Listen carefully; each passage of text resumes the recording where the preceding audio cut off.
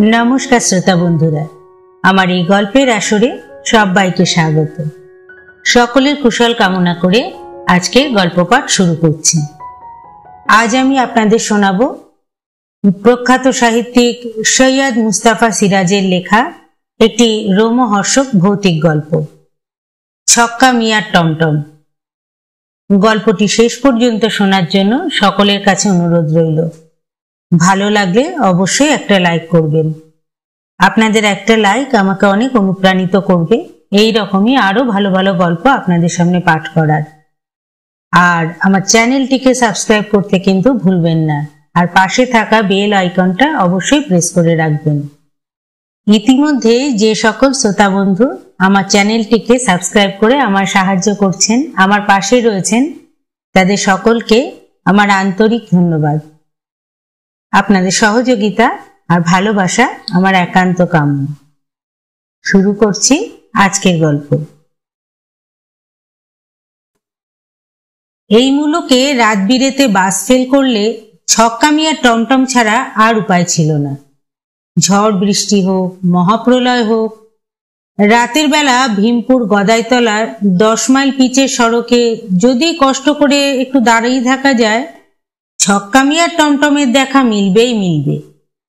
अंधकार झड़ बृष्टिर मध्य प्रथमे ठाहर हबे एक चिलते आलो, तारपर आलोटा एगिए आसबे, आरो एगिए आसबे। मेघेर डाकाडाकी जतई थाक, काने बाजबे अद्भुत एकटा आवाज, टং टং टং। विद्युतेर आलोय हठाৎ हठाৎ चोखे पड़बे कालो एक एक्का गाड़ीर तेरपलेर चौको एकटा टोपर चापानो, सामने कालो एक मूर्ति और नड़बड़ करे दौड़ानो एक टाट्टू।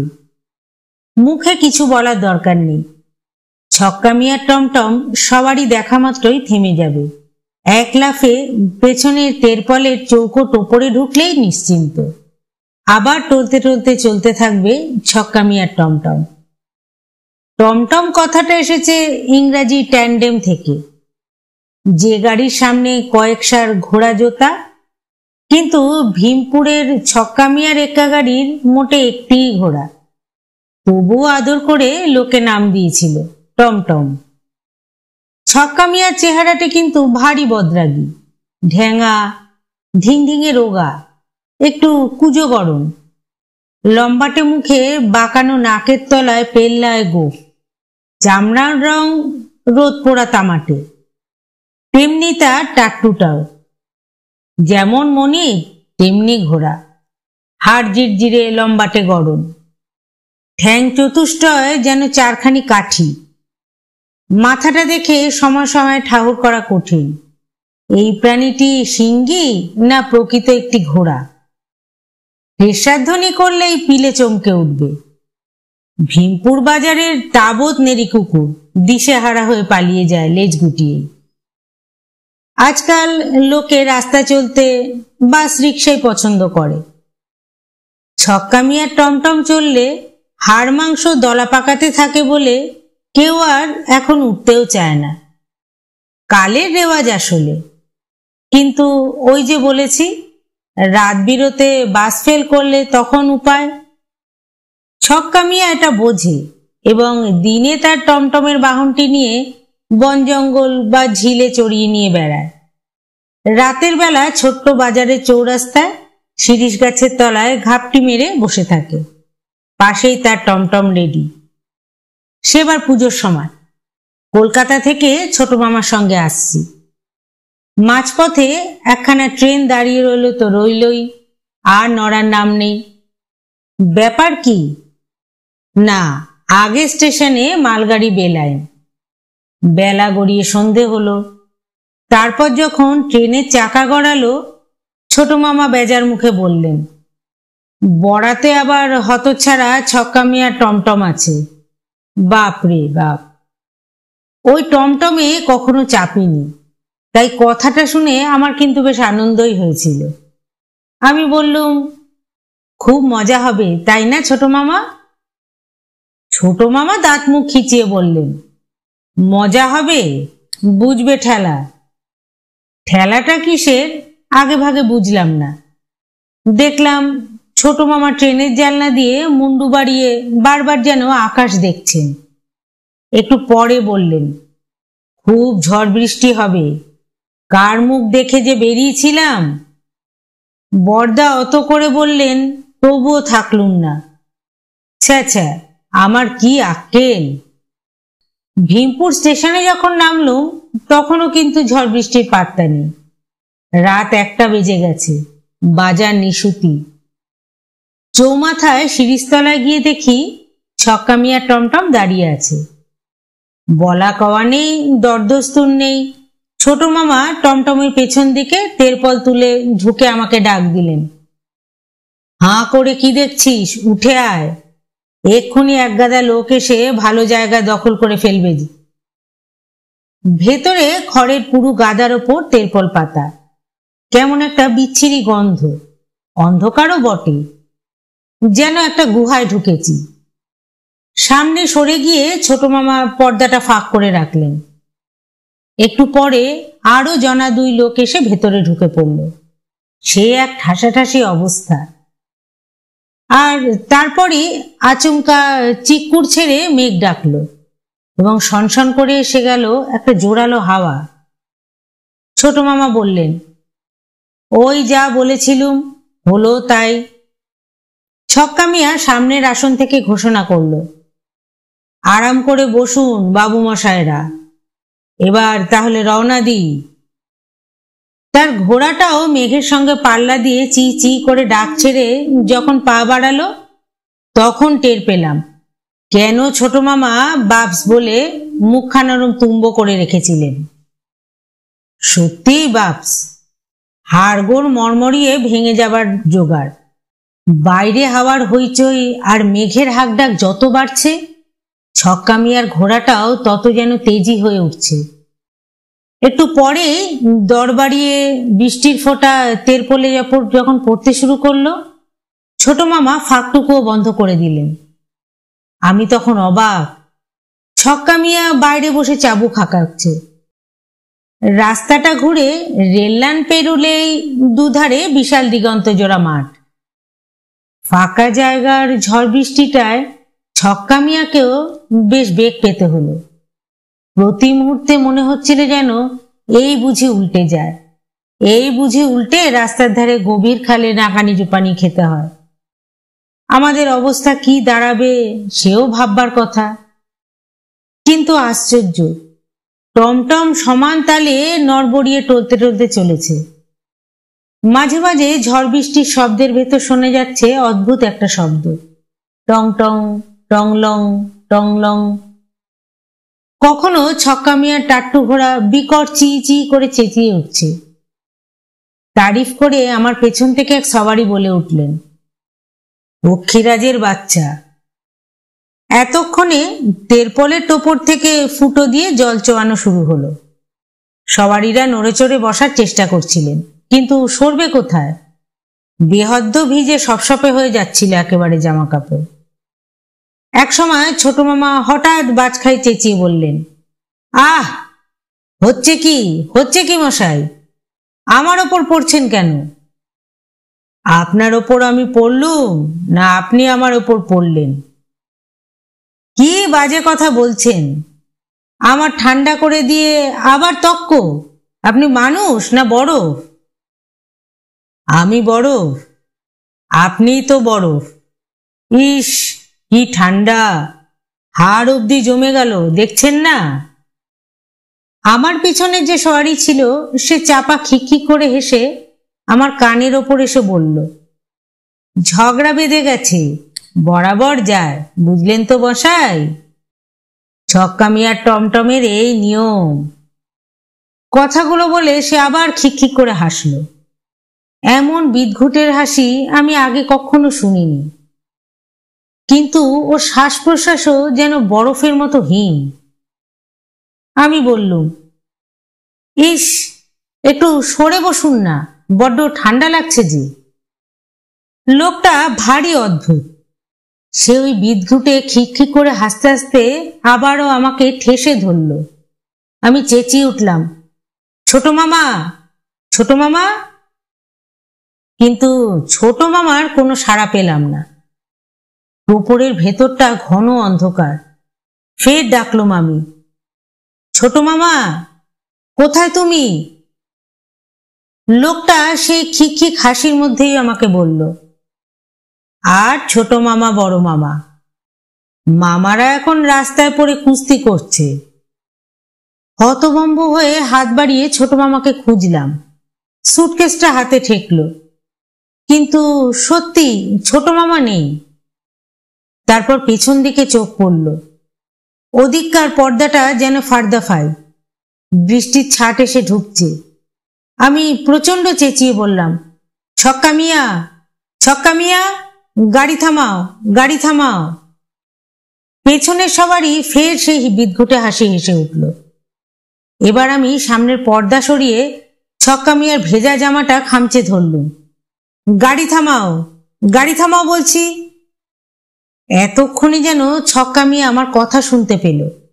ঘুরে বলল, কি হয়েছে বাবু মশাই? ছোট মামা পড়ে গেছেন কোথাও। ছক্কা মিয়া তখন বললেন, বালাই শার্ট, পড়বেন কোথায়? ঠিকই আছেন, খুঁজে দেখুন না। নেই নেই, তুমি গাড়ি থামাবে কিনা বলো। সামনে একটা মন্দির আছে, সেখানে থামাবো। ছক্কা মিয়া চাবুক নেড়ে ঘোড়াটাকে খুঁচিয়ে দিয়ে বলল, যেখানে সেখানে থামলে ঝড় বৃষ্টিতে কষ্ট পাবেন বাবু মশাই, বুঝলেন না? ওইখানে থামিয়ে আপনার ছোট মামাকে খুঁজবেন বরঞ্চ।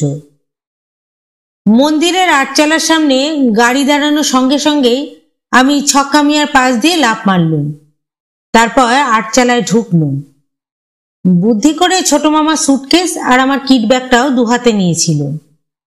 কিন্তু আটচালায় ঢোকার সঙ্গে সঙ্গেই দেখলুম ছক্কা মিয়ার টমটম বৃষ্টির মধ্যে আচমকা গড়াতে শুরু করেছে। ঘোড়াটা চি চি ডাকে তেমনি নড়বড়ে পায়ে দৌড়তে লেগেছে। আমি ফ্যাল ফ্যাল করে তাকিয়ে রইলুম।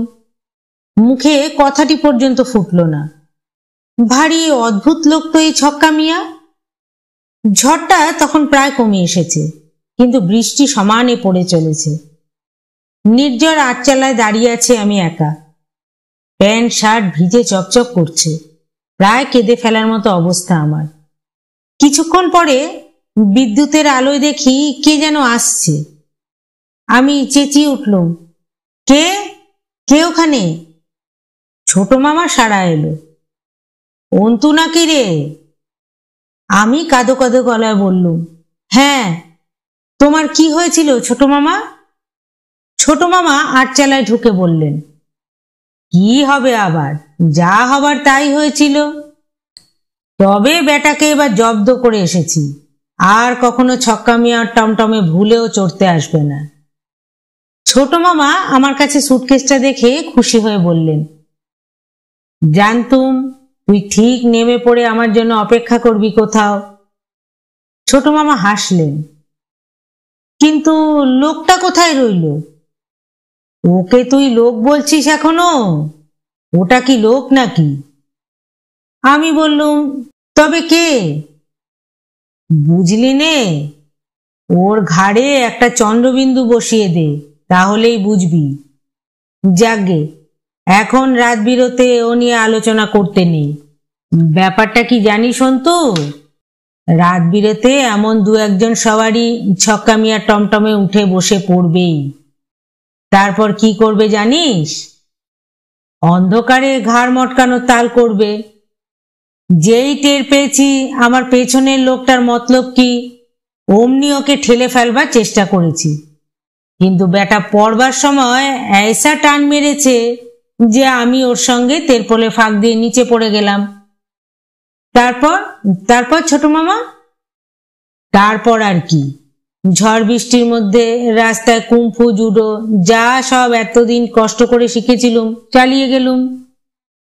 এক প্যাচে ওকে এমন করে ছুড়লুম যে একেবারে 20 ফুট গভীর খাদে গিয়ে পড়ল। এতক্ষণ কোনো বাজ পড়া ন্যাড়া গাছের ডগায় বসে হাঁপিয়ে ফাঁপিয়ে কাঁদছে। ছোট মামা হাসতে হাসতে গায়ের জামা খুলে নিংড়ে নিলেন। তারপর বললেন, ঘন্টা 3 কাটাতে পারলেই ফার্স্ট বাসটা পেয়ে যাব। জামাটা নিংড়ে নে, ব্যাগ থেকে তোয়ালেটা বার করে গাটা মুছে নে, বাস তাহলেই হবে। আমি শুধু ভাবছিলুম, তাহলে আমার পেছনের সওয়ারিও কি লোক নয়? সেই লোকটিও কি আমার ঘাড় মটকানোর তালে ছিল, অন্য লোকটার মতোই? ছক্কা মিয়ার টমটমে তারপর আর ভুলেও চাপার কথা ভাবতুম না। কিন্তু এর বছর 10 পরে, যখন কিনা আমি পুরোপুরি সাবালক, এক রাতে ভীমপুর স্টেশনে নেমে শুনলাম লাস্ট বাস চলে গিয়েছে। স্টেশন বাজার তখন নির্ঝুম, সময়টা শীতকাল, আকাশে এক টুকরো চাঁদও আছে অবশ্য, কিন্তু কুয়াশার ভেতর তার দশা বেজায় করুন। একটা চায়ের দোকান খোলা ছিল। শীতে রাত 12টায় চাওয়ালা সবে ঝাঁপ ফেলার জোগাড় করছিল।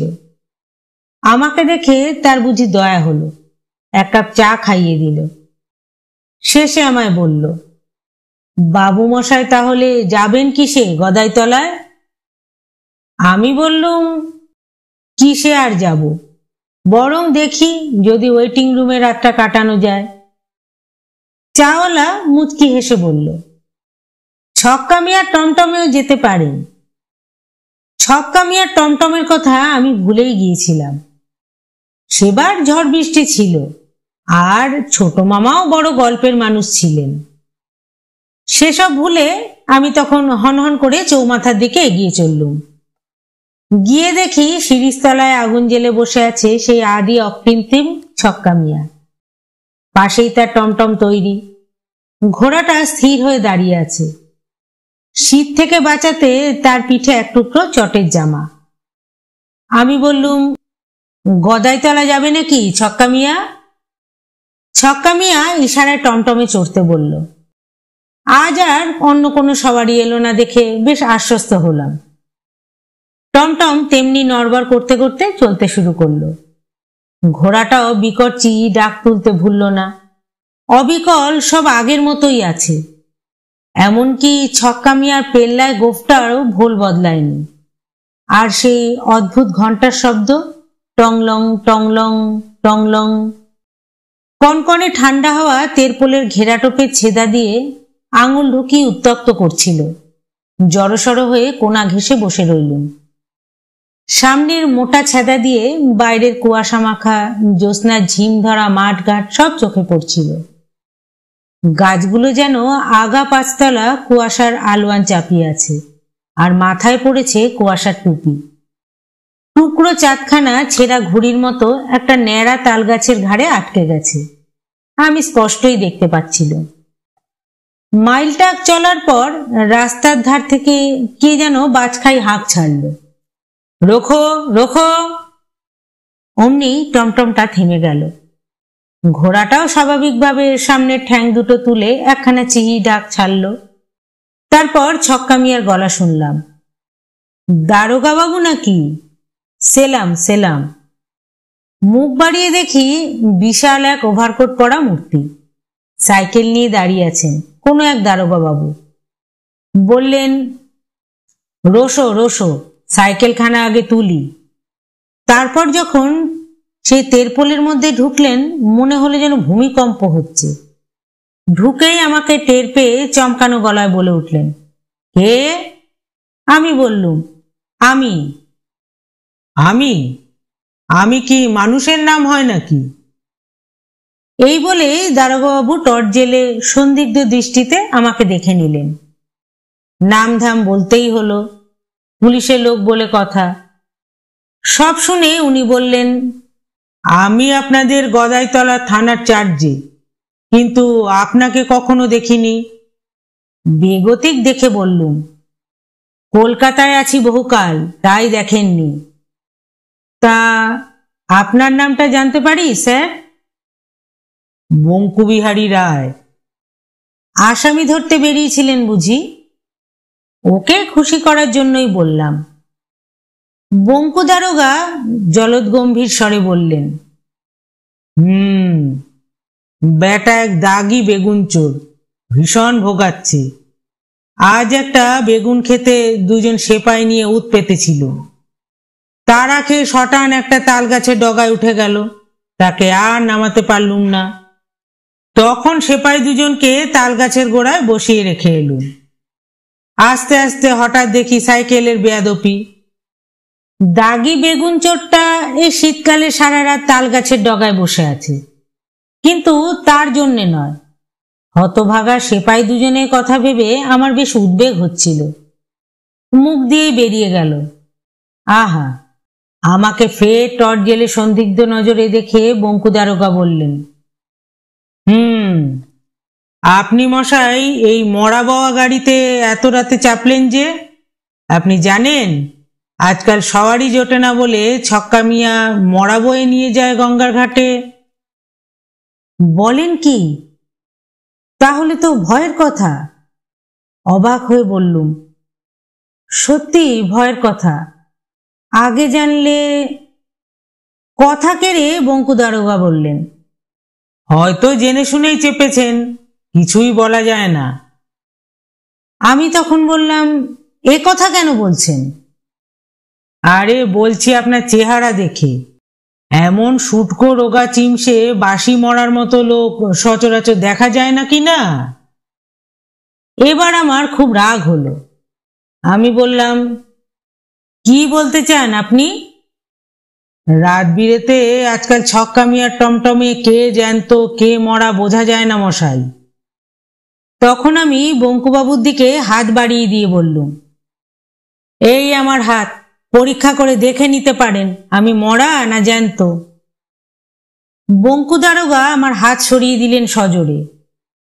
বললেন, বাপ রে বাপ, এ যে বেজায় ঠান্ডা।